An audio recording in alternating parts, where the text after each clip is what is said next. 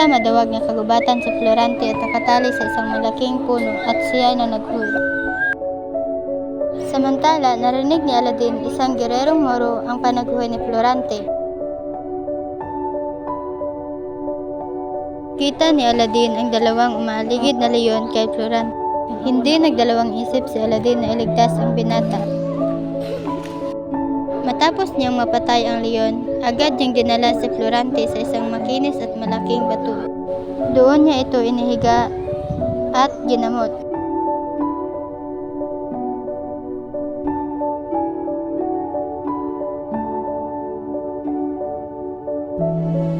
Nagkamalay na si Florante at natuklasang ang kaaway na si Aladdin ang kanyang naging tagapagligtas. Sinabi ni Aladdin na bagaman mag-aaway sila dahil sa sekta at relihiyong kinabilaan ay hindi naman ito dahilan upang hindi niya iligtas si Florante. Pinakain ni Aladdin si Florante hanggang sa tuluyan na siyang gumaling at lumakas.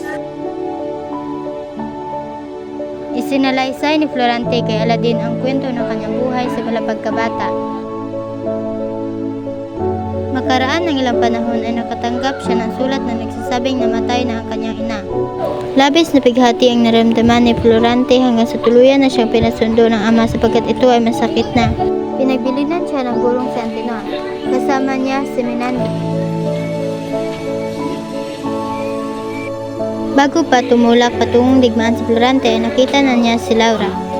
Agad siyang umibig sa prinsesa. Nagkaroon ng pagkakataong makapag-usap ang dalawa hanggang sa sila ay nagkaroon ng sampaan.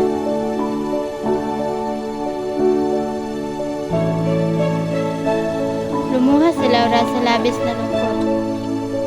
Biglang sinalakay ng mga taga-Moro ang Alban. Inabutan ni Florante na pupugutan ng ulo si Laura at kanya itong nailigtas. Labis sa pagkagalit ni Adolfo.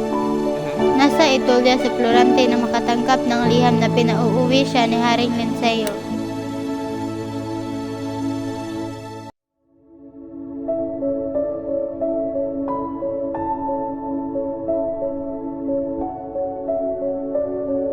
Iniwan niya kay Menandro ang hukbo.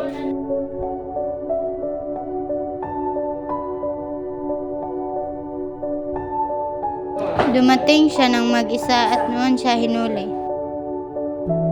Ibinilanggo siya ng 18 araw.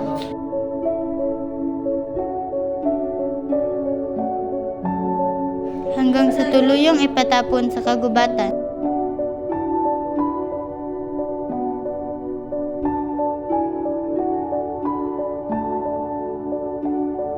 Pinugutan ni Adolfo ng ulo si Haring Linceo at pati ang kanyang amang si Duke Briseo.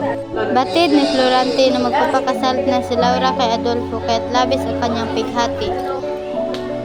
Nagtapos ang kwento ng Florante nang tuluyan siyang iniligtas ni Aladdin na noon ay gumagala din sa kagubatan.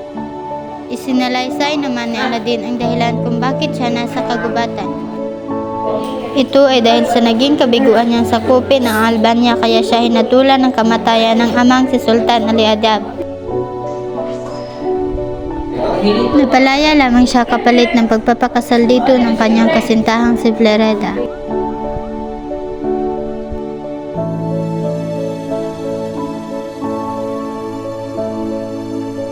Nagpalaboy-laboy sila sa kubatan hanggang sila ay nagkakita-kita.